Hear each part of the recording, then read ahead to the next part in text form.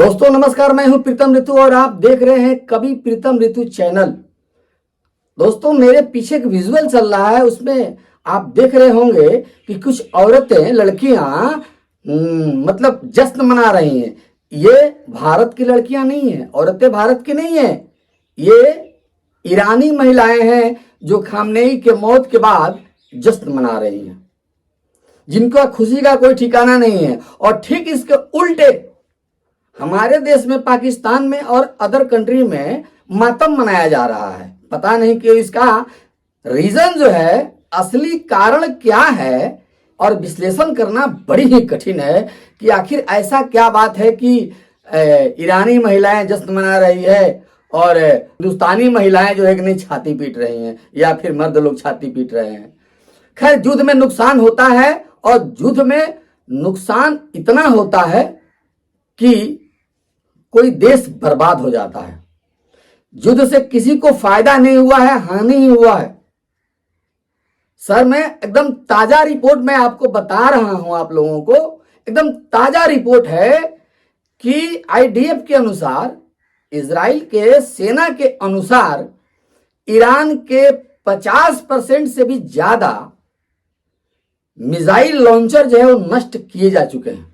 50% खत्म हो गया है। इसके अलावा 200 से ऊपर एयर डिफेंस सिस्टम जो होता है उसको आईडीएफ ने और अमेरिका ने नष्ट कर दिया है।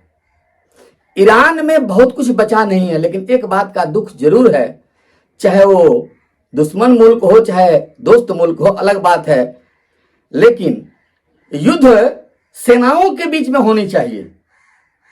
हालांकि हजारों सेना, ईरान के सेना सैनिक मारे गए हैं, लेकिन हजारों लोग, निर्दोष नागरिक मारे गए हैं, 70 से अधिक बच्चे मारे गए हैं इस युद्ध में।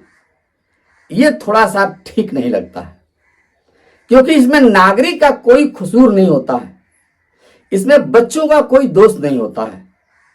यह ऊपर के लोगों का मैटर था कि भाई अमेरिका ये चाहता था कि ईरान परमाणु शक्ति न बने, यहां अपना ताकत न बढ़ाए, हमसे बड़ा न हो जाए।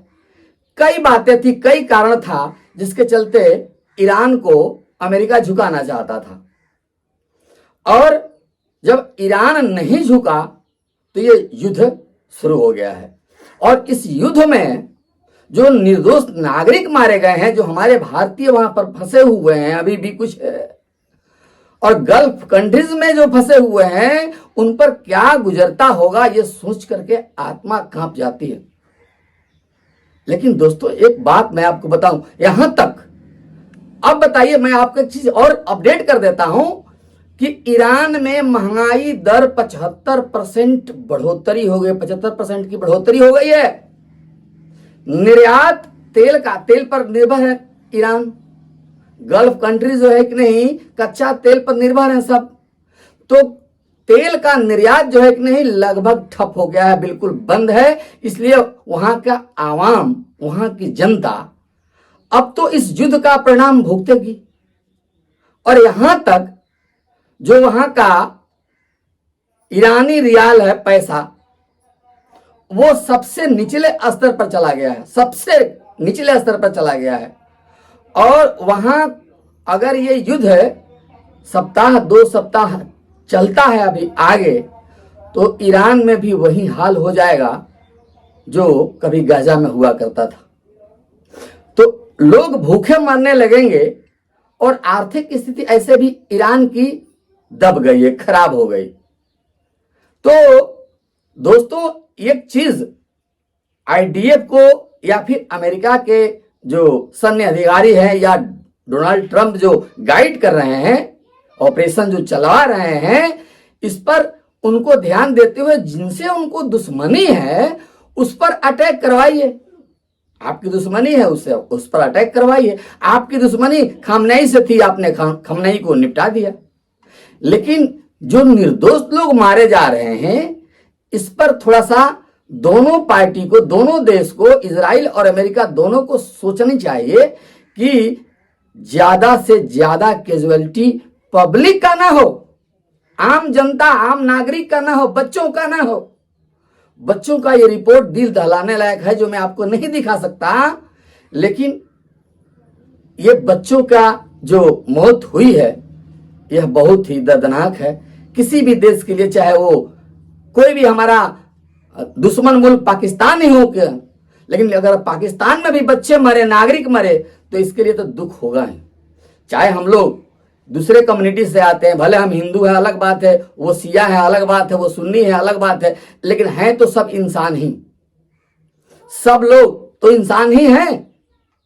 तो जिनका दोष नहीं है उनका मरना थोड़ा सा सही नहीं है। इसलिए आईडीएफ और ट्रंप को, दोनों आदमी को विचार करके ऐसा युद्ध में अपना कदम उठाना चाहिए कि जिससे वहां के आम नागरिक और बच्चों का नुकसान ना हो।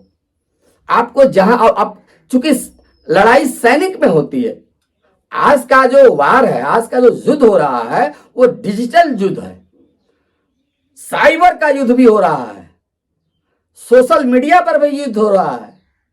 तो युद्ध का तरीका कई प्रकार का बदल गया है। अभी वो युद्ध नहीं रहा जो भाला और तलवार और वो अपना बंदूक लेकर के सेना आमने सामने हुआ करती थी, जी नहीं।